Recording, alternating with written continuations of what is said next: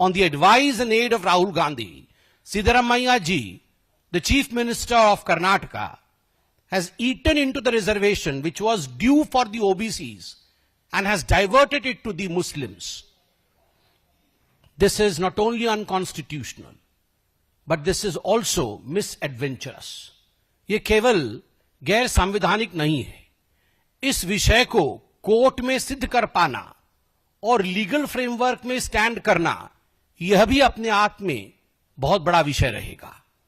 कहीं ना कहीं यह बात आज मैं बिल्कुल खुल के कह सकता हूं कि यह जो डिसीजन कर्नाटक के सरकार ने लिया है, यह तुष्टीकरण की पराकाष्ठा है.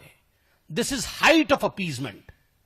हमने तुष्टीकरण सदैव देखा है कि कांग्रेस पार्टी और ये कांग्रेस पार्टी के जो घटक दल है, इनकी राजनीति परिवारवाद, तुष्टीकरण के आधार पर और जातिवाद के आधार पर चलती है.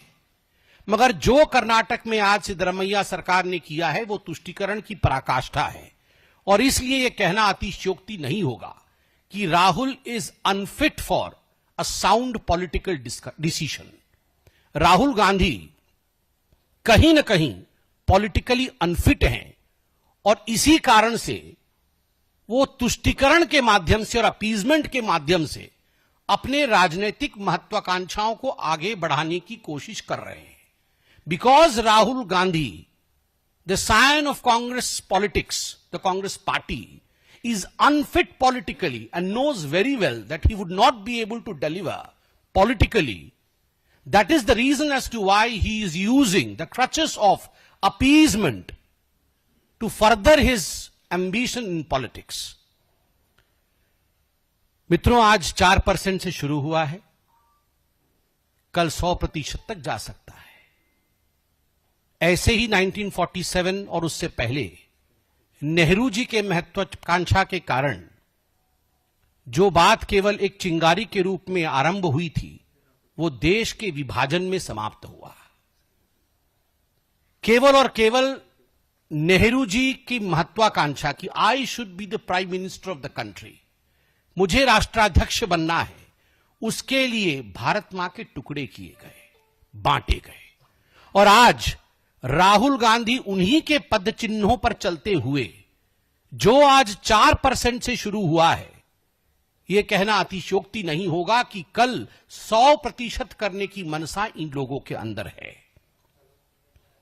यह एक तरह से जिहाद की राजनीति है. आप देखिए, पहले लैंड जिहाद, वक्फ बोर्ड को जमीन देकर जिस प्रकार से गांव के गांव हड़पे गए हैं, यह जमीन की जिहाद है, लैंड जिहाद.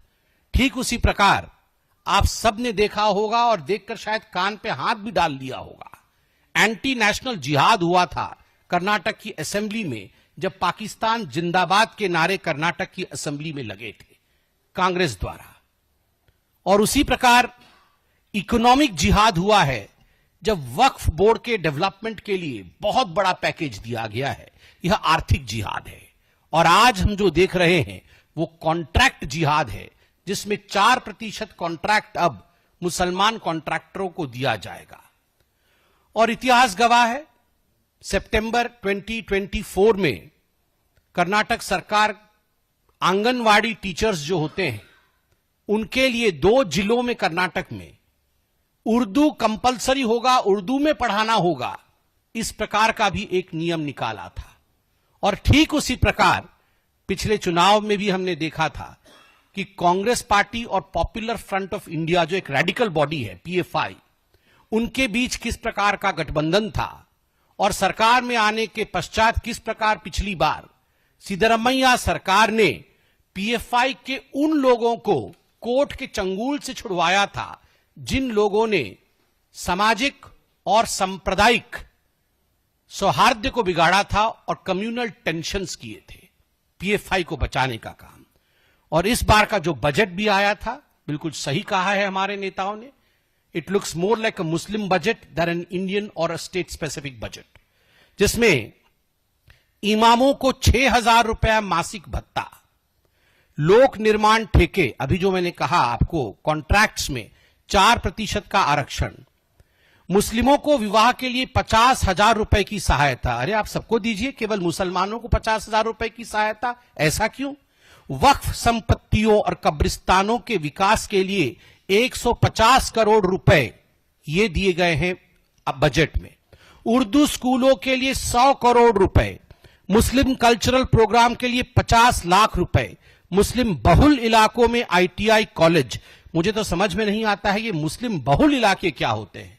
इंडिया तो इंडिया होता है, इसमें मुस्लिम बहुल और हिंदू बहुल ये क्या इलाका होता है? सभी इलाके हमारे हैं। मुस्लिम स्टूडेंट्स के लिए 50% फीस में छूट। क्यों? हिंदू स्टूडेंट के लिए छूट क्यों नहीं? दूसरे स्टूडेंट्स के लिए छूट क्यों नहीं? उलाल शहर में मुस्लिम लड़कियों के लिए रेसिडेंशियल PU कॉलेज, बेंगलुरु में हज भवन का विस्तार, मुस्लिम छात्राओं के लिए सेल्फ डिफेंस का ट्रेनिंग और सर्वोपरि 1000 करोड़ रुपए अलॉट किए गए हैं to develop Muslim colonies. I don't understand what is Muslim colonies.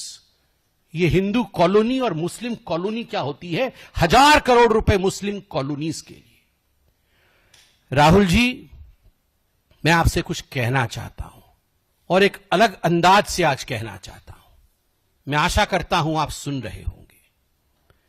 Congress से आलमगीर राहुल जेब, कांग्रेस ए आलमगीर राहुल जेब, जहां पनाह की ख्वाहिश वाले शहजादे, आलमगीर राहुल जेब के लिए अर्ज है, आलमगीर राहुल जेब के लिए अर्ज है।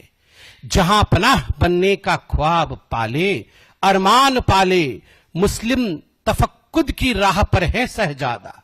तफक्कुद मतलब तुष्टिकरण। जहां पनाह बनने का ख्वाब पाले, अरमान पाले, मुस्लिम तफक्कुद की राह पर है शहजादा। कुर्सी की आसनाई में अंधे हुए हैं इस कदर, कुर्सी की आसनाई में अंधे हुए हैं इस कदर कि दिन रात मुस्लिम इश्क में गिरफ्तार है शहजादा।